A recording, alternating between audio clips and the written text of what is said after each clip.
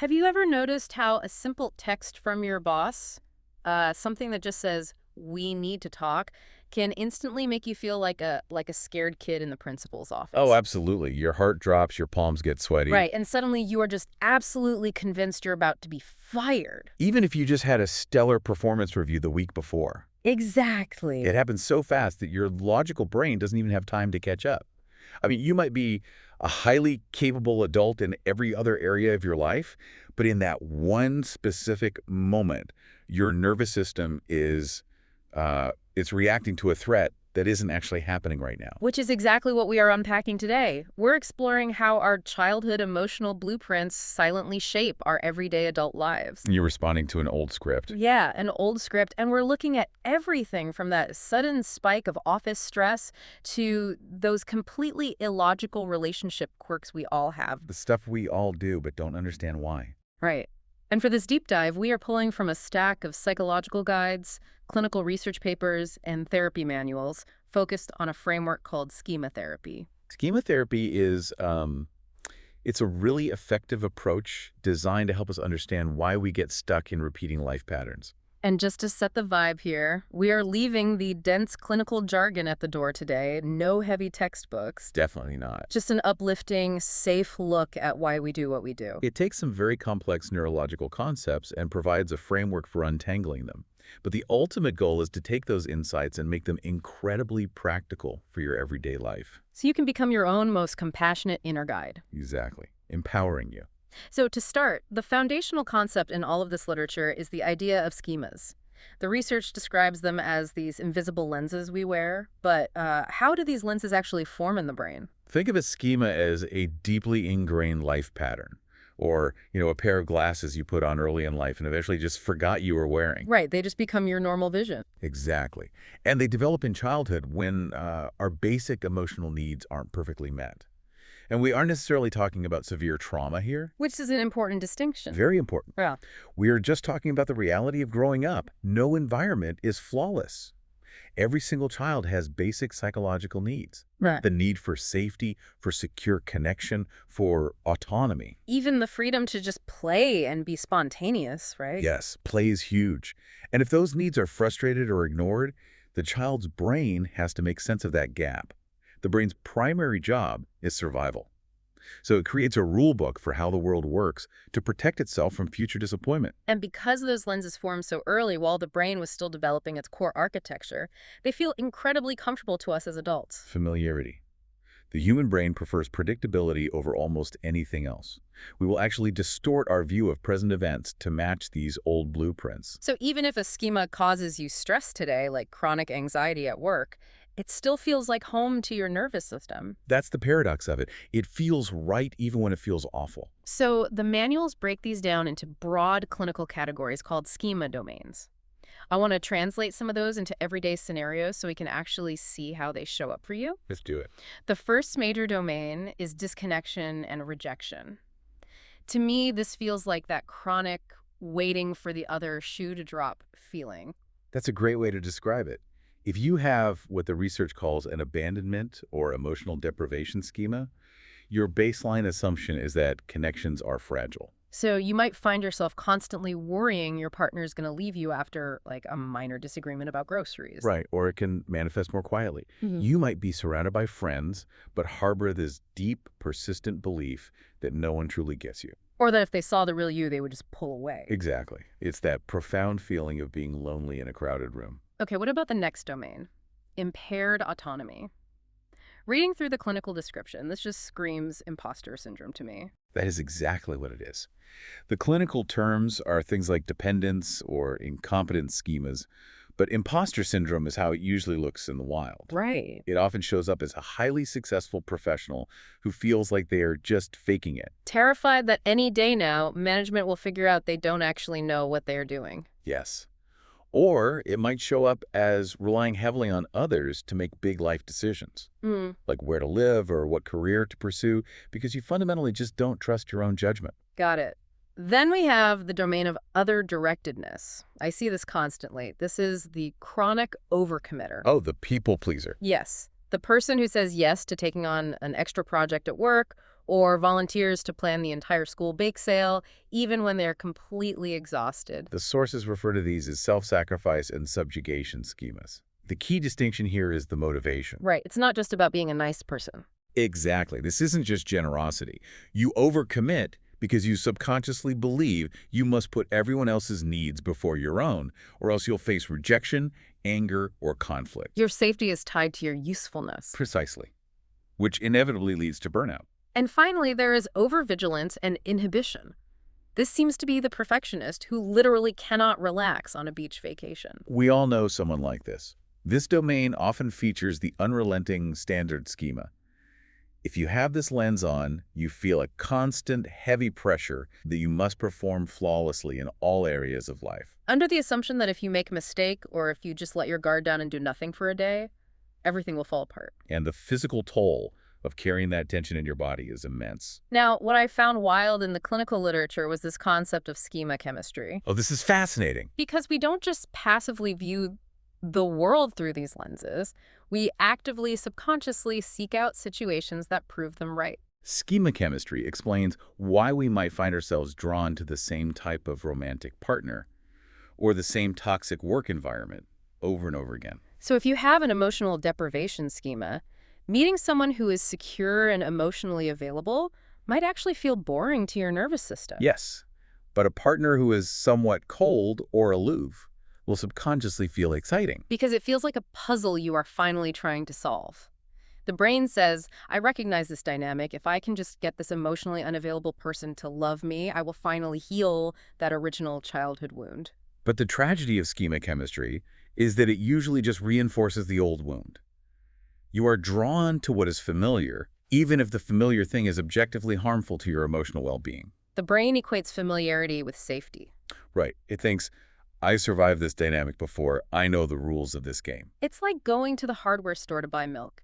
You are never going to find it there, but you keep going back because the route to the store is so familiar. That's a perfect analogy. And recognizing the lens you're wearing seems to be the crucial first step. You can't take the glasses off if you don't realize they are on your face. That awareness is what allows you to start observing your reactions rather than just being consumed by them. Exactly. So if schemas are these permanent, long-standing traits or lenses, the sources also introduce a second major concept: modes. Yes. If schemas are the stage we walk on, modes are the cast of characters in our head. While your schemas are always running in the background, modes are temporary states of mind.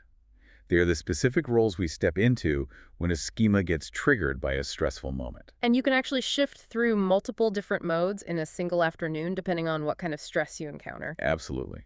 The sources group these characters into categories, starting with the child modes. Let's break those down. There is the vulnerable child, which is the part of you that feels small, lonely, or scared. So for instance, getting passed over for a promotion, and instead of just feeling standard professional disappointment, you feel an overwhelming, crushing wave of, I am fundamentally not good enough. Because the vulnerable child mode carries the core emotional pain of the unmet needs we discussed earlier. But that raw emotional pain is incredibly difficult to tolerate. So the brain flips into another mode to cope. Right. Such as the angry or impulsive child mode. The angry child mode is when you snap at your spouse over a loaded dishwasher. It's not actually about the forks being in the wrong basket. The anger flares up because you secretly feel unappreciated or ignored. Exactly. Or the impulsive child, which is the part of you that stress buys a very expensive espresso machine online at 2 a.m. simply because you had a bad day and want immediate comfort. It's a spontaneous, unfiltered reaction to an unmet need. Yes. But then, layered on top of those child modes, we have the parent modes, which the clinical literature often describes as our inner critic. These are the internalized voices of past authority figures, parents, teachers, or even broader societal pressures. The literature calls this the punitive or demanding parent mode. In day-to-day life, it's the voice in the mirror saying, you're an idiot for making that typo in the email. Or, you have to be perfect, or you are worthless. It's an incredibly heavy, critical manager living in your own head. So if the inner critic is yelling and the vulnerable child is hurting, what is the brain's defense mechanism? We obviously can't walk around feeling that raw emotional pain all day at work. We can't, which is why the research outlines what they call coping modes. Think of them as survival strategies. The brain deploys these to protect the vulnerable child from feeling the pain of the schemas. Right, and the literature usually groups these into three main responses. The first is surrender. Surrender is when you just give up and comply with the schema. You are in a conflict, and even though you know you have a valid point, you just fold. You take the blame to make the tension go away. You just accept the idea that your needs don't matter. Then the second coping mode is avoidance, often called the detached protector. If you've ever found yourself completely numbing out scrolling on your phone for 3 hours after an argument, or throwing yourself so deeply into a spreadsheet that you forget to eat, That's your detached protector. it turns the emotional volume down to zero so you don't have to feel the anxiety. It's almost like hitting the emergency shut-off valve. But what happens if you're the type of person who doesn't shut down, but actually goes on the offensive? Is there a mode for that? There is, and it's the third coping strategy: overcompensation. Instead of fleeing or surrendering, you fight back against the underlying schema by acting like the complete opposite. So if your underlying schema makes you feel incompetent, you might overcompensate by intensely micromanaging your team or your kids' schedules to prove you are in control. Yes, it can also look like putting on a fake happy social mask when you were secretly depressed, or getting overly defensive and dominating a meeting so no one can question your authority. The manuals emphasize something really important about these coping modes. They are not character flaws. Not at all. When you were a child, these were brilliant survival strategies. If you grew up in a chaotic house, being the invisible detached protector or the perfect overcompensator was a smart way to stay safe. They kept you emotionally intact when you didn't have any other tools.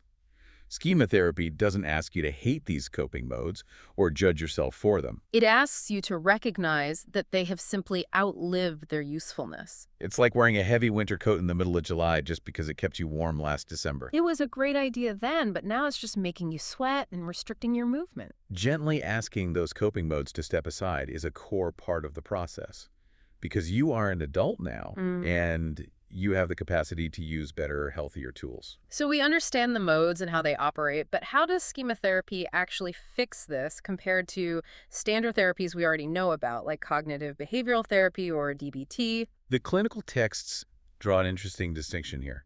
Both are highly respected, evidence-based approaches, but they operate on different timelines. Right. Think of managing your emotions like dealing with a massive weather storm. Dialectical behavior therapy, or DBT, is like building a really sturdy storm shelter. It gives you immediate practical crisis management skills, like breathing exercises, mindfulness, and distress tolerance. It teaches you how to ride out a massive emotional wave without making the situation worse. But schema therapy, on the other hand, is the root cause approach.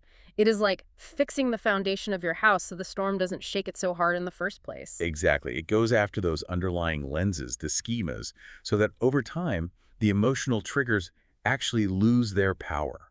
You aren't just weathering the storm, you are changing your internal climate. What does fixing the foundation look like in day-to-day life? Because the sources detail some incredible healing techniques. The first one is called empathic confrontation. Empathic confrontation is essentially calling yourself out, but doing it with profound warmth. It is holding a mirror up to your own behavior without attaching any shame to it. It sounds like taking a breath and saying, I know I am pulling away from my partner right now and scrolling on my phone. I am doing this because my detached protector is scared of getting hurt. But doing this is costing me the exact connection I actually want. Right. You validate the fear, but you challenge the behavior. That combination is powerful because if you just challenge the behavior harshly, your inner critic takes over and your vulnerable child gets more scared. By leading with empathy, you completely disarm the defense mechanism. The next technique is limited reparenting. And while it sounds clinical, the execution is really beautiful. It's the process of learning to be the warm, supportive friend or caregiver to yourself that you always needed. When that vulnerable child mode gets activated, say, after a harsh piece of feedback at work, instead of letting the inner critic yell at you, you intentionally step in. You offer yourself the validation, the patience, and the safety that you require in that moment. You become the reliable adult in your own mind. And then there's imagery rescripting. The research highlights how the brain's emotional center doesn't always distinguish between a vividly imagined memory and a current event. Imagery rescripting takes advantage of that. It involves imagining a stressful memory from your past where you felt small or unprotected, and then visualizing your current adult self stepping into that mental scene. Your adult self walks into that memory, intervenes, and finally gives your younger self the protection or validation they needed back then. You might imagine your adult self standing up to a bully or just sitting next to your younger self and saying, "You didn't do anything wrong and you are safe now." It's basically time travel for your emotional health. By changing the ending of the memory in your mind, you are slowly rewiring the emotional network in your brain attached to that schema. Exactly. So, bringing this all together, where are we trying to get to? What is the ultimate destination of this psychological remodeling? The destination of all this work is to strengthen two very specific modes, the healthy adult and the happy or contented child. The healthy adult is the core objective. This is your wise, compassionate inner manager. This mode handles reality, sets healthy boundaries, solves problems, and soothes your stress. It's the part of you that can look at a mistake at work and say, well, that's disappointing, but I can fix it, instead of spiraling into an existential panic about your worth. And as the healthy adult gets stronger, it protects and makes room for the happy child mode. This is the part of you that feels safe enough to just be silly, to play, to be curious. And to experience pure joy without constantly scanning the horizon for the next disaster. When the healthy adult is confidently driving the car, the happy child gets to safely enjoy the ride. Exactly. Now, we want to make sure you walk away from this deep dive with tools you can use immediately. So we're concluding by offering you 3 easy, practical exercises straight from the sources to try this week to build up that healthy adult mode. The first exercise is called the mode guessing game. The next time you feel a sudden surge of stress or find yourself overreacting to a minor inconvenience, just pause. Gently try to name the character that just took the wheel. Say to yourself, oh, that's my inner critic talking right now. Or my detached protector just wants to scroll on the phone for 3 hours to avoid this conversation. You don't have to fix the feeling instantly. Just naming the mode takes an immense amount of its power away. It creates distance, separating the real you from the automatic reaction. The second exercise is the extension technique, sometimes called chair work in the clinical manuals. When you are being really hard on yourself, pause and imagine someone who truly cares about you. A best friend, a mentor, someone who consistently has your back.